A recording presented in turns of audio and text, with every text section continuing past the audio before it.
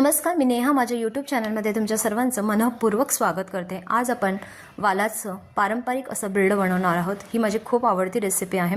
तर आता यासाठी काय करायचं आहे, कांदा खोबरं आणि देठासहित कोथिंबीर मी इथे वापरली आहे वाटण करण्यासाठी।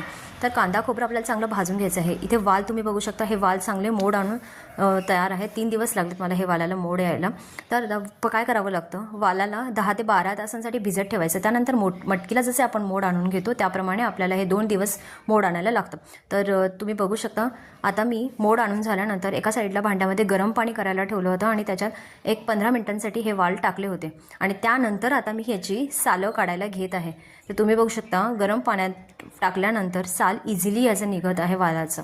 तर आता अशा प्रकारे हे जे पांढरे निवडलेले वाल आहेत ते आता आपण एका थंड पाण्यामध्ये ॲड करायचे आहेत आणि आता हे पाण्याने एकदा स्वच्छ धुवून हे वाफवून घ्यायचं आहे। एकतर तुम्ही कुकरला डायरेक्ट 2 शिट्ट्यांवर वाफवू शकता, अदरवाईज तुम्ही डायरेक्ट भांड्यावर वाफवलं तरीही चालणार आहे।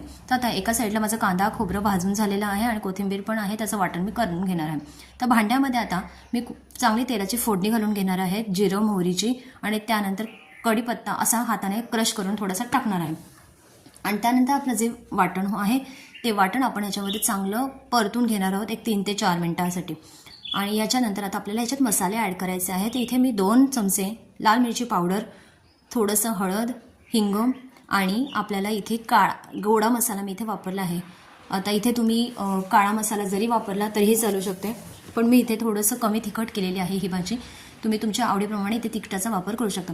तुम्ही बघू शकता, वाल मी कुकरमध्ये शिट्ट्या देऊन घेतल्या होत्या 2 शिट्ट्या। तर आता वाल माझे व्यवस्थित शिजून झालेले आहेत। तर आता हे वाल जे आहेत आपल्याला आता ते भाजीमध्ये टाकायचे आहेत। तर इथे मी एक उकडलेला बटाटा आहे तो पण घेतलेला आहे, गुळाचा एक खडा आणि चिंचेचा कोळ आपल्याला घ्यायचा आहे। तर आता हे वाल आपण याच्यामध्ये ॲड करून घेणार आहोत। शिवाय बटाटा, चिंच, गूळ पण आपण इथे ॲड करून घेणार आहोत। आणि आपल्याला इथे गरम पाण्याचा वापर करायचा आहे। तर एका साईडला मी गरम पाणी करायला ठेवलं होतं। तर गरम पाणी आपल्याला जशी भाजी पातळ हवी आहे किंवा घट्टसर हवी आहे त्याप्रमाणे इथे गरम पाण्याचा वापर करून आपल्याला सर्वात शेवटी मीठ ॲड करून घ्यायचं आहे। भाजी 5 मिनिटांसाठी उकळी घालवून घ्यायची आहे।